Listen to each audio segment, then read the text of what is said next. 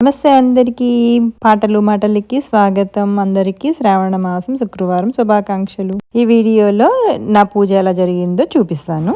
ఈరోజు అమ్మవారికి పూజలో భాగంగా తులసి అమ్మవారి కోట అంతా శుభ్రంగా కడిగి ముగ్గు పెట్టి ఉంచాను. సాయంత్రం పూట పూజ చేస్తాను. ఇంటి ముందేమో నిన్నే ఇక్కడంతా కడిగి వాకిళ్ళంతా కడిగి పెట్టాను, కానీ ముగ్గు వేయడం అవ్వలేదు. అనుకోకుండా షాపింగ్కి వెళ్ళాల్సి వచ్చింది, అందుకని ముగ్గు అయితే వేయలేదు. కాసేపట్లో వేస్తాను. ప్రస్తుతం అయితే పూలు కోసుకుందామని చెప్పి బయట టెలిస్ దగ్గరికి అయితే వచ్చాను. కొన్ని తమలపాకులు, అలాగే కొన్ని శంకు పూలు, సెంటు జాజులు చూసారా, ఇవి కోస్తాను. ఇప్పుడు టెలిస్ మీద శంకు పూలు బాగానే వస్తున్నాయండి.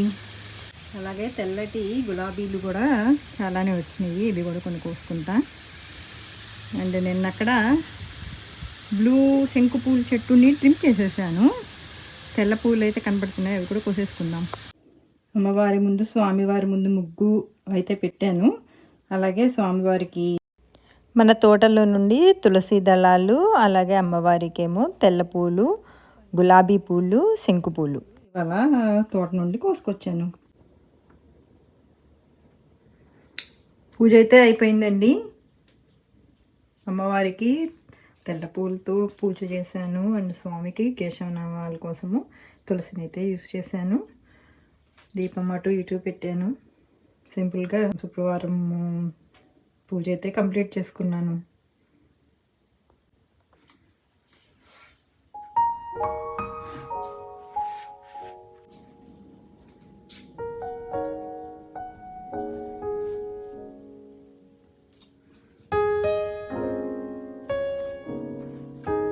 స్వామి దగ్గర కొత్తగా రీఛార్జబుల్ లైట్ అయితే పెట్టామండి.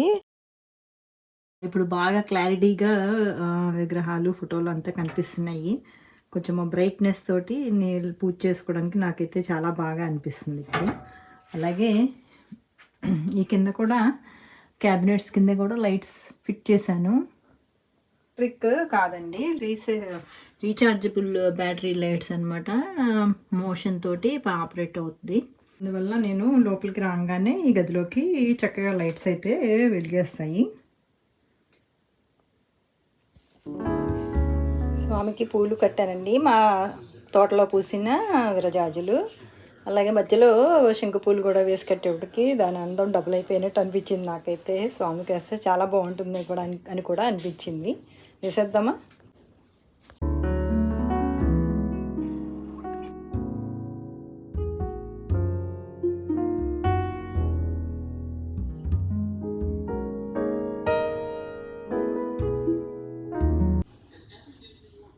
స్వామికి అమ్మవారికి కలిపి వేసాను.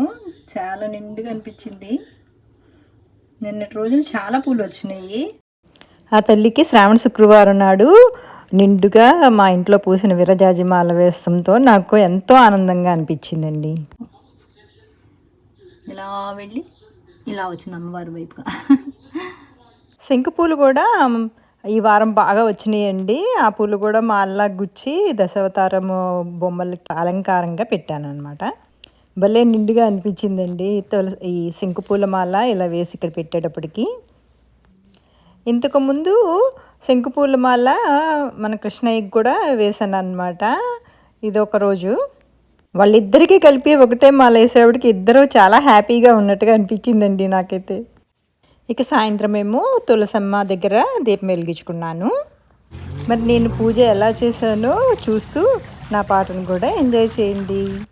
కంటి శుక్రవారము గడియాలే అంటి అలమేల్ మంగ అండనుండే స్వామిని కంటి శుక్రవారము గడియలేడింట అంటి అలమేల్ మంగ అండనుండే స్వామిని కంటి. సొమ్ములన్నీ కడబెట్టి సొంపుతో గోడము గట్టి కమ్మని కదంబము కప్పు పన్నీరు చెమ్మదోన వేష్టువాలు రొమ్ము తలమూల జుట్టి తుమ్మెదై మై ఛాయతో నెమ్మది నుండే స్వామిని కంటి శుక్రవారము గడియలేడింట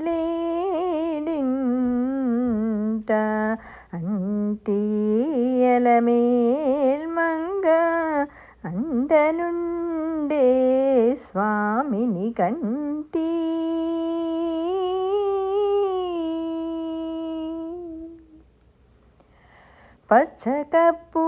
పచ్చకర్పూరమేనూరి పసిడి గిన్నెల నుంచి తెచ్చి శిరసాదిగా దిగనలది అచ్చెరుపడి చూడ అందరి కన్నులకింపై నిత్యమల్లే పువ్వువలే నిటూతానుండే స్వామిని కంటి శుక్రవారము గడియలేడింట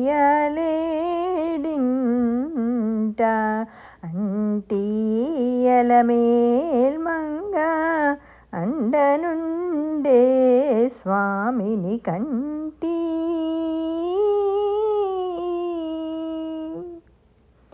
చట్టు పునుగే కూరిచి చట్టలు చేరిచి నిప్పు పట్టి కరగించి వెండి పళ్ళ్యాల నుంచి దట్టముగా మేను నిండా పట్టించిది బిట్టు వేడుక మురియుచుండే బిత్తరి స్వామిని కంటి శుక్రవారం